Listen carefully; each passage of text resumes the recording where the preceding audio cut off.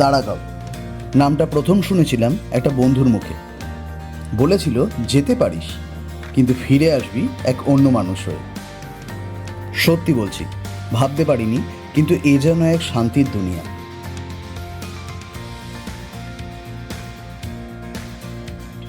শহরের ভিড়, কোলাহল, এসব কিছুর বাইরে এ যেন এক পাহাড়ের বুকে থাকা ছোট্ট স্বর্গ,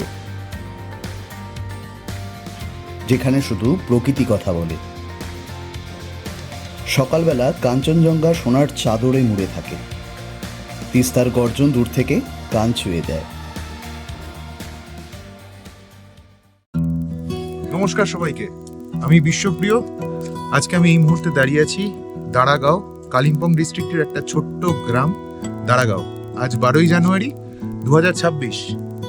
আমি কোনো ট্রাভেল ব্লগ করছি না, কিন্তু আমি আজকে এখানে এসেছি একটা বিশেষ কারণে, এবং ভিডিওটা বানানোর পিছনে একটা বিশেষ কারণ আছে। আমি প্রচণ্ড পাহাড়ে ঘুরতে ভালোবাসি, বাইক নিয়ে প্রচুর জায়গা ঘুরলাম। ঘুরতে ঘুরতে খুব ইচ্ছে ছিল যে পাহাড়ে যদি একটা ছোট্ট নিজের ঘর করা যায়। তো নিজের ঘর করা তো পাহাড়ে বেশ কঠিন, তো তার জন্য যেটা করা হলো একটা ছোট্ট হোমস্টে, এবং সেটা আমাদের। তো সেই ছোট্ট হোমস্টেটারই আজকে উদ্বোধন, তো তার জন্যই এই ভিডিওটা করা। আমরা এই হোমস্টেটা, এই আমাদের হোমস্টে, যদি একটু, এই আমাদের হোমস্টে ইউক্যালিপটাস রিট্রিট, আমরা নাম দিয়েছি ইউক্যালিপটাস রিট্রিট। এখানে দুখানা বড় বড় ইউক্যালিপটাস গাছ আছে। এই গাছগুলো প্রায় শতাধিক তাদের বয়স, এবং এই গাছগুলোর কথা মাথায় রেখেই এই ছোট্ট হোমস্টেটার নাম দেওয়া হয়েছে ইউক্যালিপটাস রিট্রিট।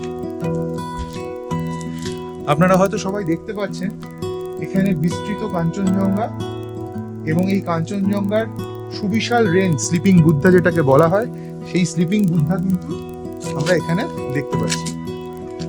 আস্তে আস্তে যদি আমরা হোমস্টেতে প্রবেশ করি, আসুন। এটা হচ্ছে হোমস্টের এন্ট্রান্স।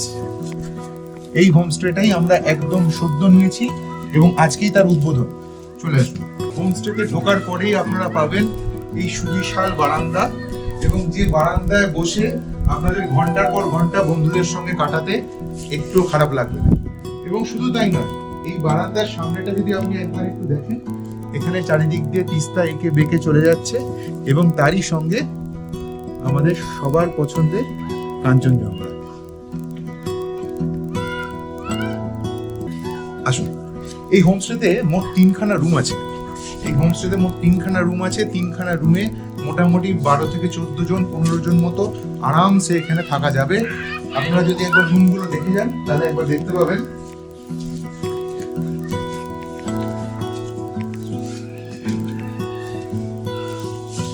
এই একটা রুম, যেটার সঙ্গে অ্যাটাচড ব্যালকনিও রয়েছে।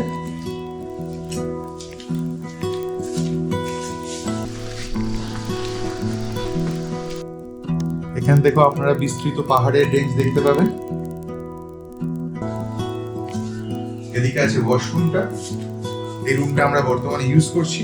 এদিকে আছে এই ওয়াশরুমটা।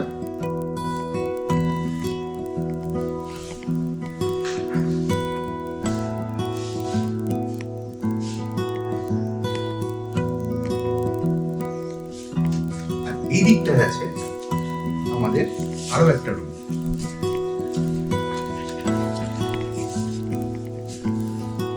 এখানেও দুজন দুজন আরামসে থাকতে পারবে। দুখানা জানলা, এই জানলা দিয়ে শুয়ে শুয়ে কাঞ্চনজঙ্ঘা আমি এখান থেকে স্পষ্ট দেখতে পাচ্ছি। ক্যামেরায় কতটা উঠছে জানি না।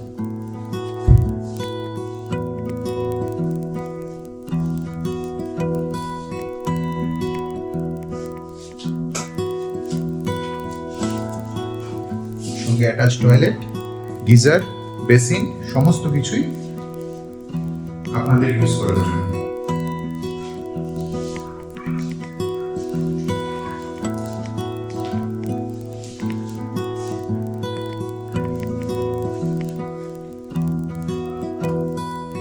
চলে আসুন। আনন্দের সমস্ত ব্যবস্থা কিন্তু এখানে আছে। চাইলেই মন খুলে এখানে গান গাওয়া যাবে। ক্যারিওকে ফেসিলিটি একদম সম্পূর্ণভাবে এরা এখানে প্রোভাইড করেছে। এবং আমাদের থার্ড রুম,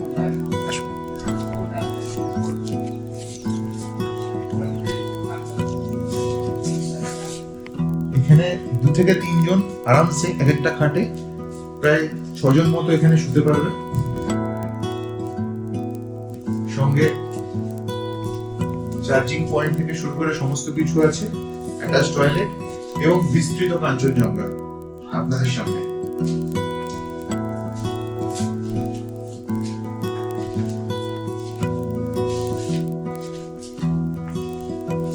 এই টয়লেটটা